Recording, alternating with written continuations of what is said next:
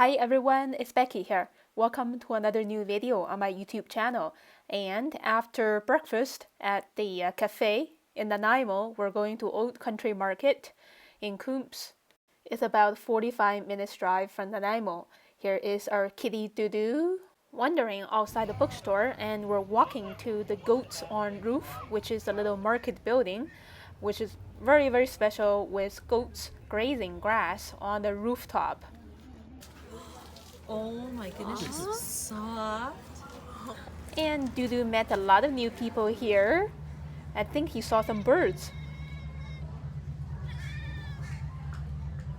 And now I'm gonna start my ambitious sketch of the marketplace exterior, sitting at the table outside after ordering some fries and chicken.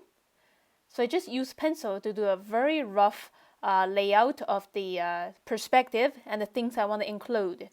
And now I'm beginning with this red umbrella here on the very left of the composition.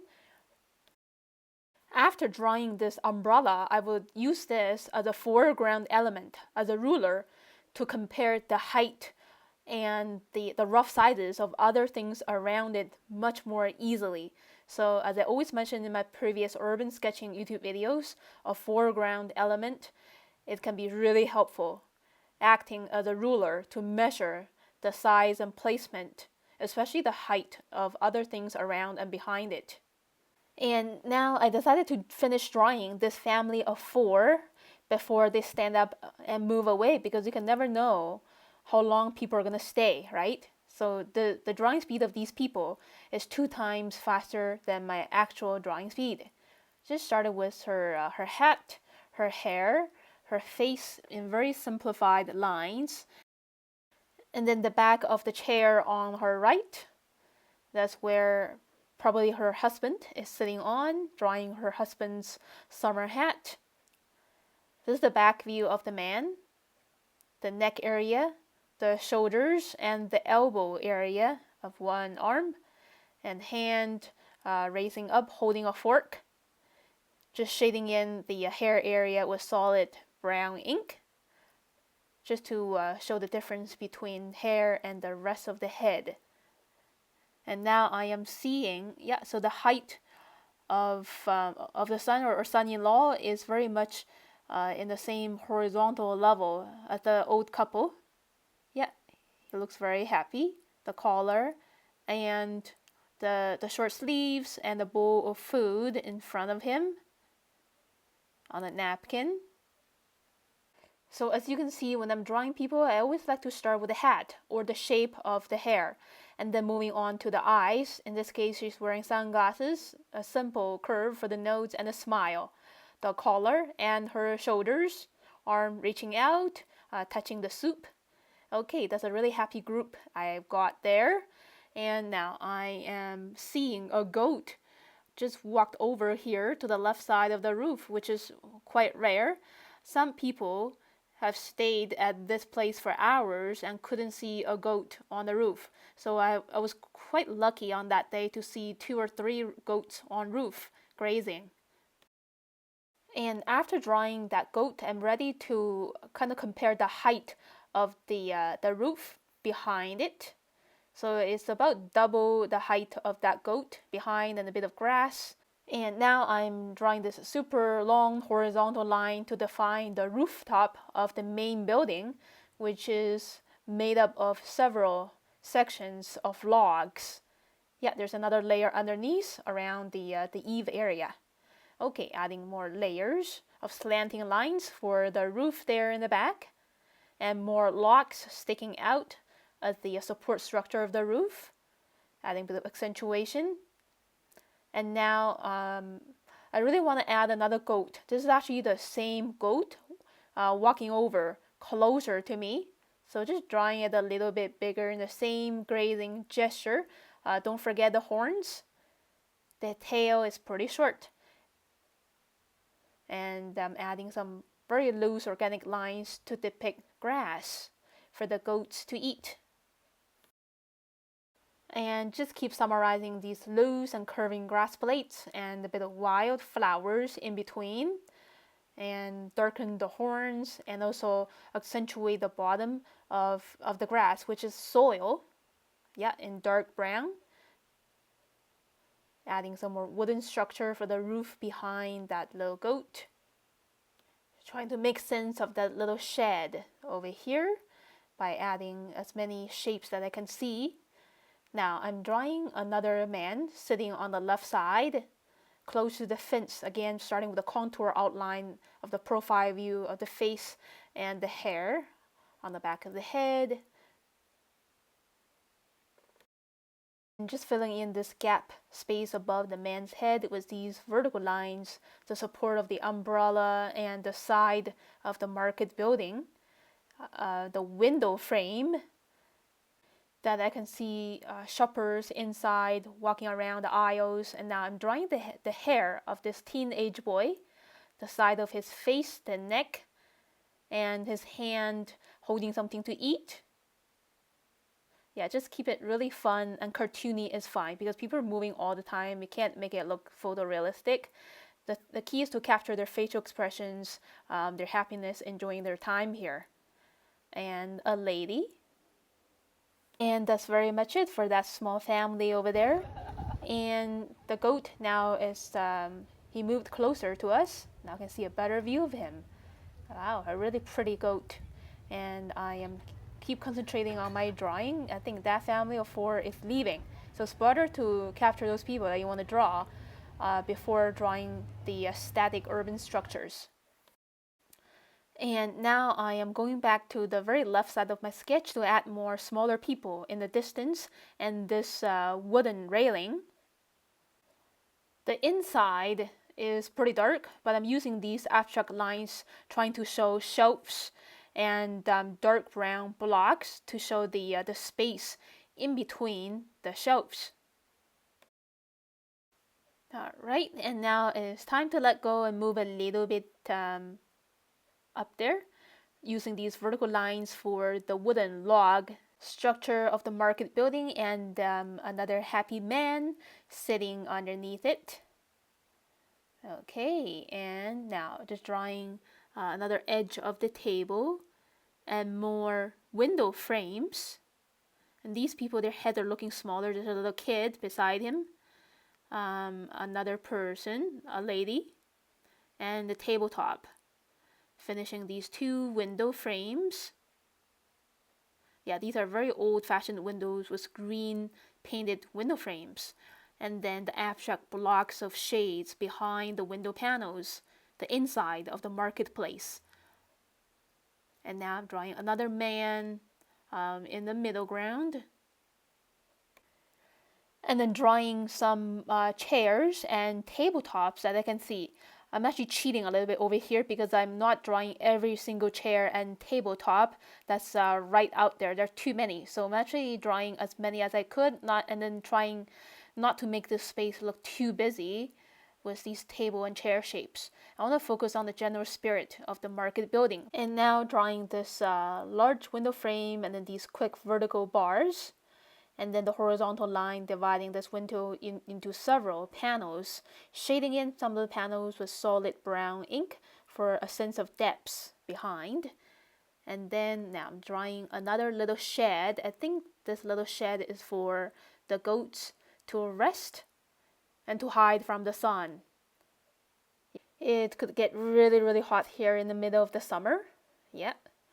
And now just finishing the little logs and the grass covering the little roof in the very loose organic trapezoid shape. And filling in with more squiggle lines for grass. And using thicker chunks of solid brown ink to show the soil underneath the root of the grass. Adding a bit of accentuation around the frame of the little shed roof as well, and the tiny little fence behind. Now I'm drawing these stalks of wild grass and finishing up that little fence behind, and drawing this window is looking a little bit bigger compared to the one on this left because of perspective, yet it's at the same pattern of window panels. Again, filling in some of these panels with shapes, suggesting the feel, a little bit of the atmosphere of the interior, a little bit of mystery behind the windows. And then drawing this big log as a column supporting the main part of the market building, more chairs and tabletops, using these quick vertical lines in segments to suggest the grainy texture of wood. And then drawing another happy woman munching on her food, her elbow bending. And then continuing the eave with that short horizontal line, and this thicker log over here is looking thicker because it's closer to me here on the right hand side. And the same idea, using these segments of loose lines to suggest wooden grainy texture. And the large window behind the family of four, this wooden screen behind this lady, quick vertical and then horizontal lines to get the feel of that screen. And overall, this marketplace is not as difficult as it seems. It mostly contains a lot of people and a lot of repeating patterns of windows. These windows, it's not too tricky. They're in perspective. The ones getting closer to us, the viewer, on the right, they're just looking bigger because of perspective. And I just drew the lamp behind the window panel and the reflection of the red umbrella onto the glass. Adding some final detail on the bottom, and then moving on to the higher part. I feel like it needs more weight around the rooftop and the eave area. Just making some of these lines looking a little bit thicker. There's actually darker gaps in between these logs of the roof. Yeah, just thickening these areas and also the sections of the logs. And a little bit of heavy shade above the wooden column there. Bit more structures, accentuation around the small window panels, and these are actually the little lights hanging on the eave area. And that's very much it for my main subject matter. Now I'm ready to draw the large pine trees behind the supporting structure, right behind the two sheds. Seeing the large wooden trunks and the shape of the foliage of these wild looking lines. Yeah, there are actually 2 or 3 pine trees growing very closely together.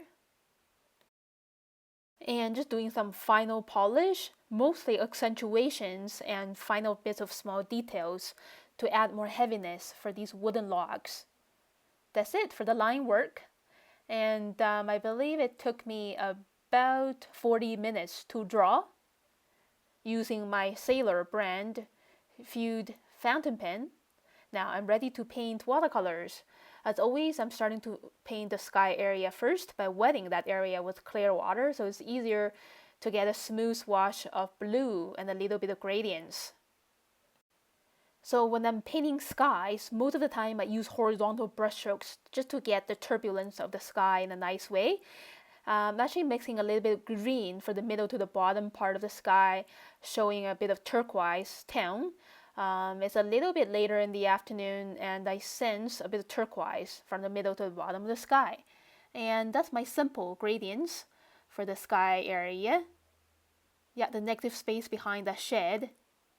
And underneath the umbrella, yeah, it's a negative space that we can see the sky. So checking to see if I miss any more blue sky area. I think that's it. Now just wetting the market building with clear water. The first layer is a diluted yellow ochre, a super organic light value of wood. And my brown ink from Noodlers is also reacting with the water and the watercolors, giving this building an even more rustic and wooden look, and I like that. The brown ink is actually dissolving a little bit. This Noodlers brown number 41 ink is not 100% waterproof, and I don't mind that is dissolving a little bit. Okay, so now I'm going to let the first layer of the market building to dry off a little bit before adding more color values and definitions. Alright, now I'm ready to punch on these vibrant red magentas for these umbrellas. They really pop out and add more variety to this urban sketch, containing so many yellow and brown and green colors. Alright, and the goat keeps on munching. It's been here for a while. Now I want to spice up the color variety of the market building here by adding the first layer of green, yellow green, the lightest tone of all greens. So this is simply a mix of yellow ochre and lime green, more or less yellow ochre depending on the tone or the value of the grass that I see. And now I am going to mix orange and burnt sienna together to get a nice caramel color for the wool of these two goats. Yeah, a really nice creamy color.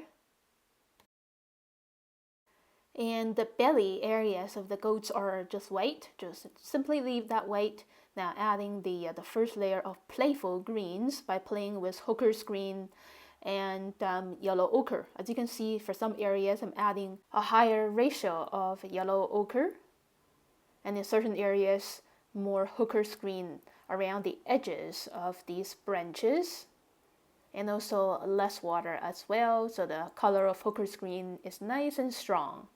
Alright, let it dry. I think that's very much it for that for those three distant trees. Now I'm using the hooker's green mixed in with a tiny bit of blue to get this vintage green turquoise for the window frames. So the windows are really popping out from the yellow-brown exterior. And now it's time to add more contrast for the wooden exterior of the marketplace. So this is burnt sienna with a little bit of orange mixed in. Again, playing with water control. So every of these vertical brushstrokes is of a different value of brown. And yeah, just adding some more of this shade value of brown around the top of these two wooden columns right underneath the roof. And then punching on these blocks of brown. So it's more interesting than just spread it all over. Sometimes I like to use blocks of colors and then leaving some gaps of the previous layer's tone underneath unpainted for more interest. And the darkest areas are actually on the very bottom of these rooftops. So I mix in cobalt blue into the brown to get a really grayish value. And then some very gentle contrast with tiny little brushstrokes here and there, especially underneath the pile of grass on that little roof there. Because it's a bright sunny day, the contrast is actually very low, so the shaded spots are actually pretty minimal. So I have to pay a lot of attention to where those darkest shades should be, using very tiny little brushstrokes to get that screen done very flexibly. Alright, and then just grabbing some yellow brown to paint the wooden shelves and the lighting condition behind these glassy panels, and also leftover gray for the shaded areas of the glass and the interior behind. And grabbing a little bit of leftover red magenta to paint the reflection of the umbrella on the glass. So yeah, it really echoes with the actual umbrellas on the left hand side. Shade these umbrellas a little bit more with more concentrated red magenta containing less water. And again, these skin colors of faces and arms are actually the mixture of orange and red diluted with a lot of water to get this skin tone, using leftover bluish gray to paint the shadows, shaded areas in between these people, underneath the tables and chairs. Just playing with the leftover colors of pinks and blues and greens to paint the outfits of these people, and also leftover yellow browns to paint their hair. So most people these days in the modern world, they're wearing black or white or gray outfits. But once in a while I see people wearing orange, pink, red or other vibrant colors, which is really nice. And yeah, that's very much it. Now I'm doing some final polish, adding even more contrast for these trees behind, using a more concentrated hooker's green mixed with burnt sienna. So again, burnt sienna always shade medium greens even further into darker shades. So we only spent just 2 full days in Nanaimo, so time was really tight, and I wanted to capture as many things as I could, and I don't want to miss sketching this lovely marketplace with the goats on roof. Here is a look of the finished sketch. Now I'm going to write down a title of this place, Goats on Roof in Coombs. About 45 minutes drive from Nanaimo. It's a lovely summer day here. If you're visiting Vancouver Island, I really recommend you to visit this place for sure. They have a lot of food and drinks in the marketplace as well. And stay tuned for my next video at Qualicum Farm, where we got fresh milk and I did a quick 45-minute sketch. See you soon, everyone. Bye.